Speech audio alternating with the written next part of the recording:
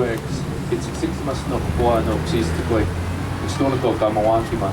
Now stop it Ganeki, it's in the beat one. 6 months.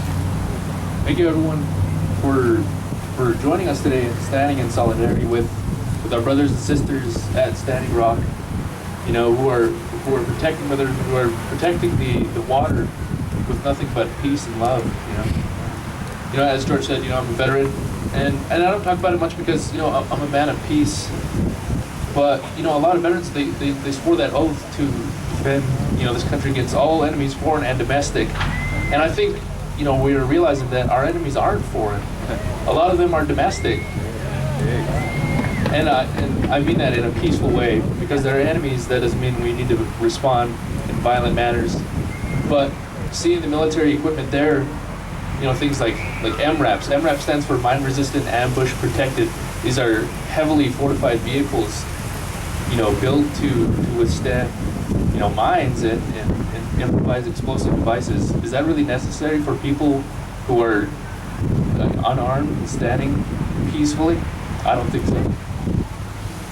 But, you know, I realized something recently that, you know, almost every conversation we have about the Dakota Access Pipeline, whether it be on social media or whether it be on the street, you know, every one of these conversations is very anthropocentric. And what I mean by that is we always talk about our intrinsic values as humans, you know, with or without oil, but in a lot of cases we're neglecting a lot of the other life forms that are affected by our greed.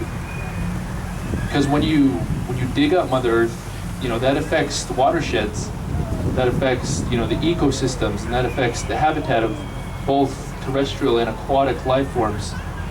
You know, and not to mention the amount of pipelines that burst and leak every year, just in this country alone, you know. The statistics are, you know, staggering.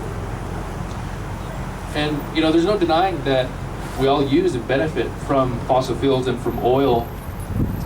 But let me remind you that we don't have a dependence on fossil fuel or oil. We have an addiction to those resources because we know there are alternatives to fossil fuels and to oil, but there is no alternative to water. And we are water. Water is life.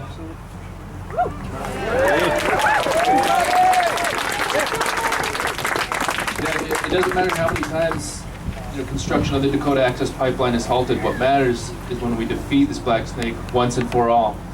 Because absolutely nobody can deny that oil is a finite resource and we need alternatives sooner or later. And I say, why not sooner rather than later?